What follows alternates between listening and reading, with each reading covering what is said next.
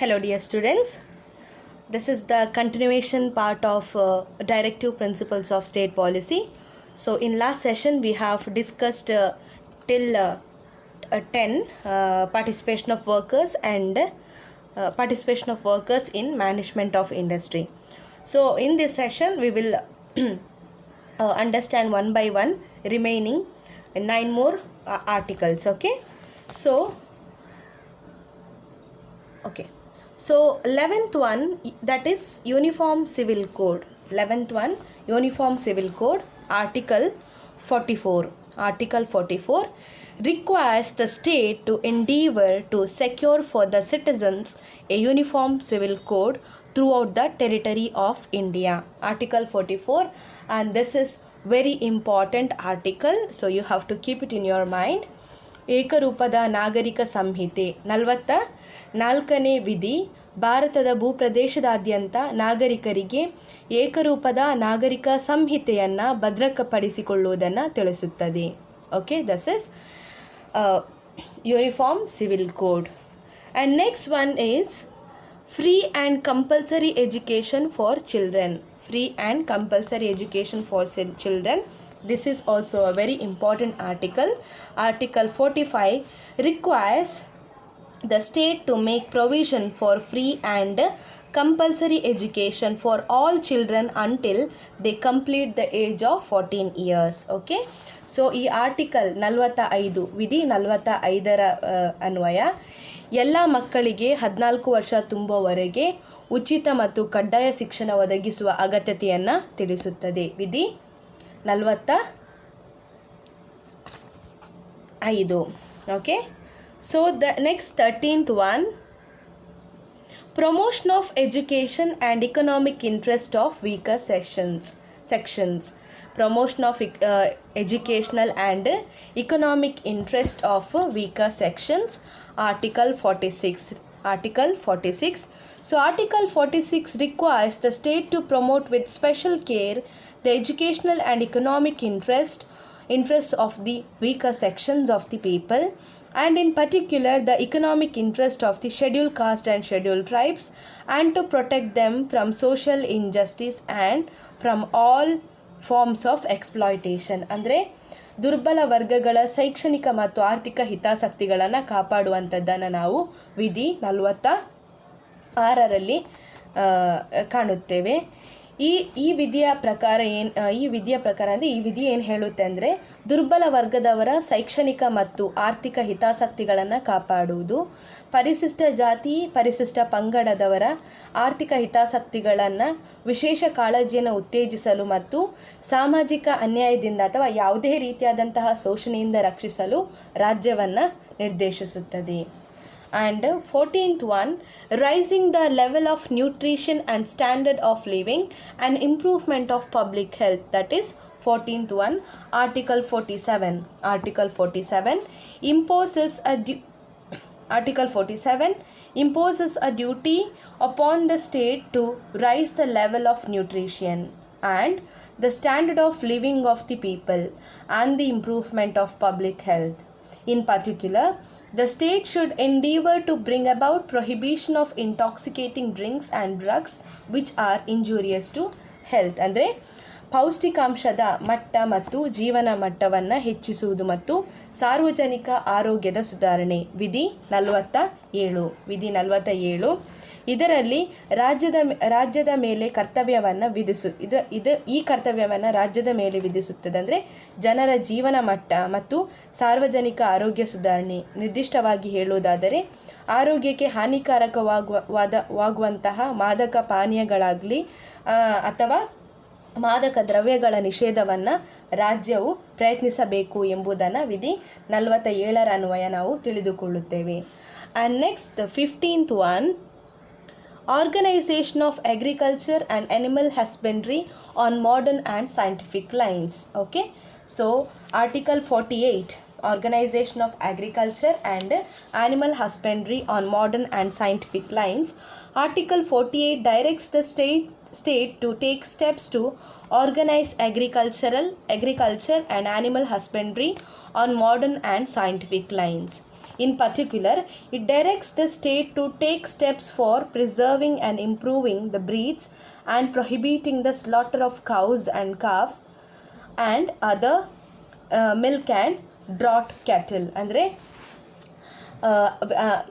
ಆಧುನಿಕ ಮತ್ತು ವೈಜ್ಞಾನಿಕ ಮಾರ್ಗಗಳಲ್ಲಿ ಕೃಷಿ ಮತ್ತು ಪಶುಸಂಗೋಪನಾ ಸಂಘಟನೆ. ಆಧುನಿಕ ಮತ್ತು ವೈಜ್ಞಾನಿಕ ಒಳಾಂಗಣಗಳಲ್ಲಿ ಕೃಷಿ ಮತ್ತು ಪಶುಸಂಗೋಪನೆಯನ್ನು ಸಂಘಟಿಸಲು ಕ್ರಮಗಳನ್ನು ತೆಗೆದುಕೊಳ್ಳಲು ವಿಧಿ 48 ರಾಜ್ಯವನ್ನು ನಿರ್ದೇಶಿಸುತ್ತದೆ. ನಿರ್ದಿಷ್ಟವಾಗಿ ಹೇಳುವುದಾದರೆ ತಳಿಗಳನ್ನು ಸಂರಕ್ಷಿಸುವಂಥದ್ದು, ಸುಧಾರಣಾ ಕ್ರಮಗಳನ್ನು ತೆಗೆದುಕೊಳ್ಳುವಂತೆ ರಾಜ್ಯಕ್ಕೆ ನಿರ್ದೇಶನವನ್ನು ನೀಡುತ್ತದೆ ಹಾಗೂ ಹಸು ಕರು ಅಥವಾ ದನಗಳನ್ನು ವಧಿಸುವುದನ್ನು ನಿಷೇಧಿಸುತ್ತದೆ. ಯಾವ ವಿಧಿ? Article 48 of the Indian constitution. So the 16th one, protection and improvement of environment and safeguarding of forest and wildlife. Okay, Article 48A. Article 48A, added by the 42nd Constitution Amendment Act of 1976, requires the state to take steps to protect and improve the environment and to safeguard the forest and wildlife of the country. ಅಂದರೆ ಪರಿಸರ ಸಂರಕ್ಷಣೆ ಮತ್ತು ಸುಧಾರಣೆ, ಪರಿಸರ ಸಂರಕ್ಷಣೆ ಮತ್ತು ಸುಧಾರಣೆ ಜೊತೆಗೆ ಕಾಡು ಮತ್ತು ವನ್ಯಜೀವಿಗಳ ಸಂರಕ್ಷಣೆಯನ್ನು ತಿಳಿಸುತ್ತದೆ. ಸೊ ಈ 42ನೇ ವಿಧಿ, 42ನೇ ಸಂವಿಧಾನ, article, it's the amendment act, 42nd amendment act. Okay, 42nd amendment act. ಈ 42ನೇ ಸಂವಿಧಾನ ತಿದ್ದುಪಡಿ ಕಾಯ್ದೆ 1976 ಪ್ರಕಾರ ಸೇರ್ಪಡೆಗೊಂಡ 48A ವಿಧಿ ಪರಿಸರವನ್ನು ರಕ್ಷಿಸಲು ಮತ್ತು ಸುಧಾರಿಸಲು ಮತ್ತು ಕಾಡುಗಳನ್ನು ಹಾಗೂ ವನ್ಯಜೀವಿಗಳನ್ನು ರಕ್ಷಿಸಲು ರಾಜ್ಯ ಕ್ರಮ ತೆಗೆದುಕೊಳ್ಳಬೇಕು ಎಂದು ತಿಳಿಸುತ್ತದೆ. Okay, article 48 class A. And 17th one, protection of monuments and places and objects of national importance. Okay, Article 49 requires the state to protect every monument, place, object of artistic or historic interest declared to be of national importance from spoilage, disfigurement, destruction, removal, disposal or export. Okay, ಈ ರಾಷ್ಟ್ರೀಯ ಪ್ರಾಮುಖ್ಯತೆಯ ಸ್ಮಾರಕ ಸ್ಥಳಗಳಾಗಿರಬಹುದು ವಸ್ತುಗಳ ರಕ್ಷಣೆಯನ್ನು ವಿಧಿ 49 ತಿಳಿಸುತ್ತದೆ. ಈ 49ನೇ ವಿಧಿ ಅನ್ವಯ ಕಲಾತ್ಮಕ, ಐತಿಹಾಸಿಕ ಆಸಕ್ತಿಯ ಪ್ರತಿಯೊಂದು ಸ್ಮಾರಕ ಸ್ಥಳ ಆಗಿರಬಹುದು, ವಸ್ತುಗಳಾಗಿರ್ಬೋದು, ಅವುಗಳನ್ನು ಹಾಳು ಅಥವಾ ವಿರೂಪಗೊಳಿಸುವಿಕೆ, ವಿನಾಶ, ತೆಗೆಯುವಿಕೆ, ವಿಲೇವಾರಿ ಅಥವಾ ರಫ್ತುಗಳಿಂದ ರಕ್ಷಿಸಲು ರಾಜ್ಯಕ್ಕೆ ನಿರ್ದೇಶಿಸುತ್ತದೆ. ಯಾವುದು? ವಿಧಿ 49, article 49 of the Indian constitution. Next 18th one is separation of judiciary from executive. Again one more important article, it is separation of judiciary from executive. Article 50 of the Indian Constitution says that the state to take steps to separate the judiciary from the executive in the public services of the state. This directive principle is quite necessary to promote the rule of law. ಅಂದರೆ ನ್ಯಾಯಾಂಗವನ್ನು ಕಾರ್ಯನಿರ್ವಾಹಕದಿಂದ ಬೇರ್ಪಡಿಸುವಂಥದ್ದನ್ನು ವಿಧಿ 50 ತಿಳಿಸುತ್ತದೆ. ಅಂದರೆ ರಾಜ್ಯದ ಸಾರ್ವಜನಿಕ ಸೇವೆಗಳಲ್ಲಿ ನ್ಯಾಯಾಂಗವನ್ನು ಕಾರ್ಯನಿರ್ವಾಹಕದಿಂದ ಬೇರ್ಪಡಿಸಲು ರಾಜ್ಯವು ಕ್ರಮಗಳನ್ನು ತೆಗೆದುಕೊಳ್ಳುವ ಅಗತ್ಯತೆಯನ್ನು ತಿಳಿಸುತ್ತದೆ. ಕಾನೂನಿನ ನಿಯಮವನ್ನು ಉತ್ತೇಜಿಸಲು ಈ ನಿರ್ದೇಶಕ ತತ್ವಗಳು ಸಾಕಷ್ಟು ಅವಶ್ಯಕವಾಗಿದೆ ಎಂಬುದನ್ನು ನಾವು ವಿಧಿ 50ರಿಂದ ತಿಳಿದುಕೊಳ್ಳಬಹುದು. And the last one is promotion of international peace and security. One more important article, Article 51. Article 51 provides that the state shall strive to 1. Promote international peace and security. 2. Maintain just and honorable relations between nations. 3. Foster respect for international law and treaty obligations in the dealing of organized peoples with one another. And the fourth one, encourage settlement of international disputes by arbitration. ಅಂದರೆ ಯಾವುದು? 19ನೇದು ಅಂತಾರಾಷ್ಟ್ರೀಯ ಶಾಂತಿ ಮತ್ತು ಸುರಕ್ಷತೆಯನ್ನು ಉತ್ತೇಜಿಸುವಂಥದ್ದು. ವಿಧಿ 51ರ ಪ್ರಕಾರ ರಾಜ್ಯವು ಅಂತಾರಾಷ್ಟ್ರೀಯ ಶಾಂತಿ ಮತ್ತು ಸುರಕ್ಷತೆಯನ್ನು ಉತ್ತೇಜಿಸಲು ರಾಜ್ಯ ಶ್ರಮಿಸಬೇಕು.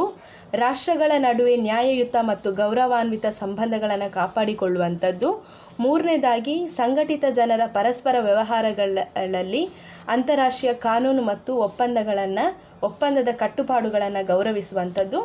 ನಾಲ್ಕನೇದು ಮಧ್ಯಸ್ಥಿಕೆ ಅಥವಾ ಶಾಂತಿ ಸಂಧಾನದ ಮೂಲಕ ಅಂತಾರಾಷ್ಟ್ರೀಯ ವಿವಾದಗಳನ್ನು ಬಗೆಹರಿಸಲು ಪ್ರೋತ್ಸಾಹಿಸುವಂಥದ್ದನ್ನು ನಾವು ಆರ್ಟಿಕಲ್ 51 ವಿಧಿ 51ರಿಂದ ನಾವು ತಿಳಿದುಕೊಳ್ಳುತ್ತೇವೆ. So these are the articles which comes under directive principles of state policy. So please keep it in mind. Under this I have explained each and every articles in previous slide. In this slide same only, but the difference is in this those articles means in which in next slide whatever I have explained, those same articles will come under certain categories. For example, socialist, general principles, Gandhian and international. So those same articles only here it's divided in between these. Okay, for example, some of the articles will come under socialistic and some of will come under liberal or some of will come under Gandhian. So don't be confused, same only.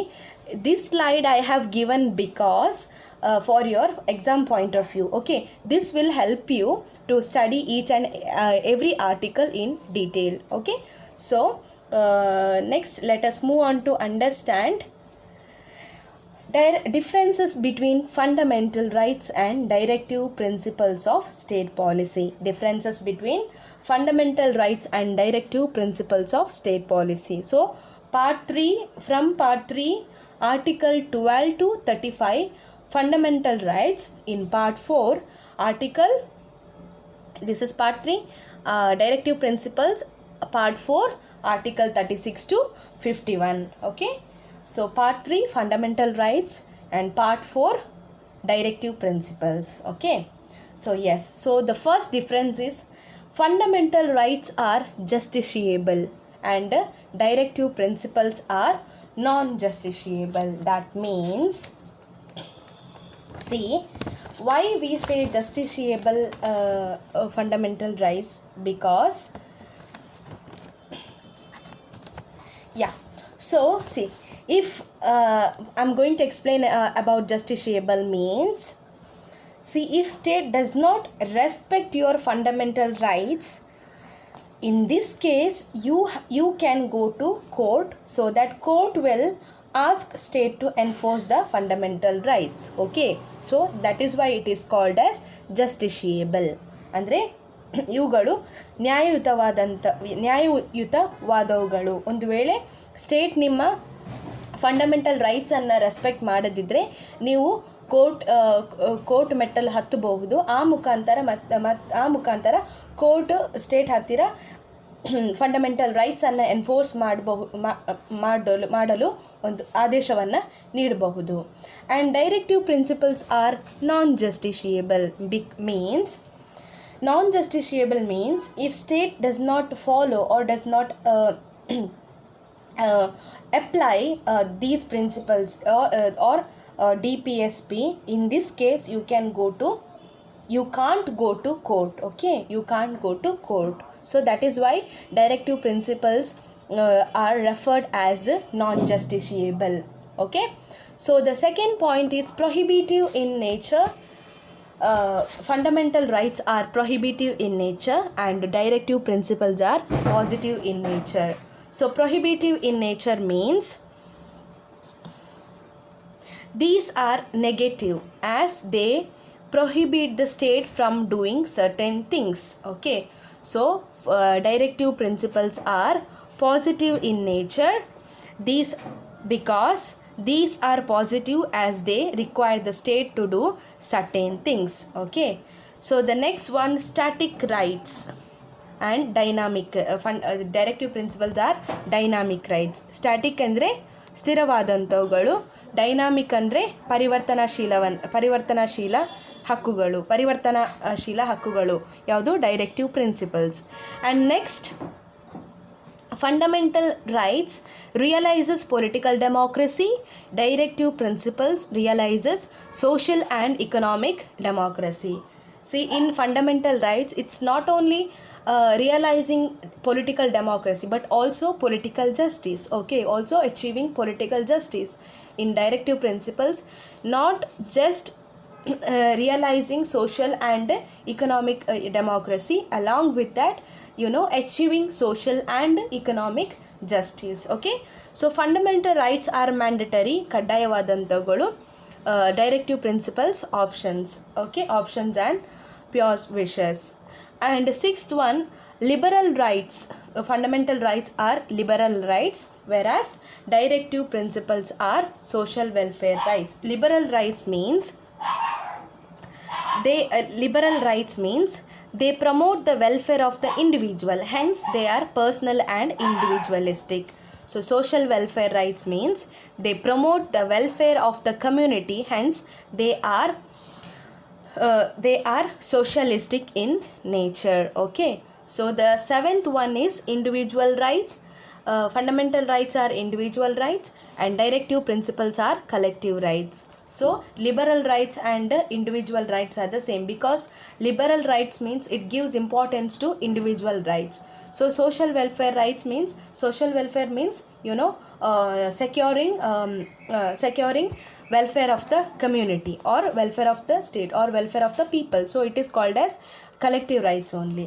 Next one is fundamental rights are legal rights and directive principles are ethical rights. Legal rights means they have legal sanctions, means they have legal sanctions means ಕಾನೂನು ನಿರ್ಬಂಧಗಳಿಂದ ಒಳಪಟ್ಟಂಥವುಗಳು. Ethical rights means they have moral and political sanctions, ಅಂದರೆ ನೈತಿಕ ಮತ್ತು ರಾಜಕೀಯ ನಿರ್ಬಂಧಗಳನ್ನು ಒಳಗೊಂಡಂಥವುಗಳು. So these are the difference between fundamental rights and directive principles of state policy. Once more I'll go through this. Fundamental rights are justiciable, directive principles are non-justiciable. Fundamental rights are prohibitive in nature, directive principles are positive in nature. Fundamental rights are static rights, directive principles are dynamic rights.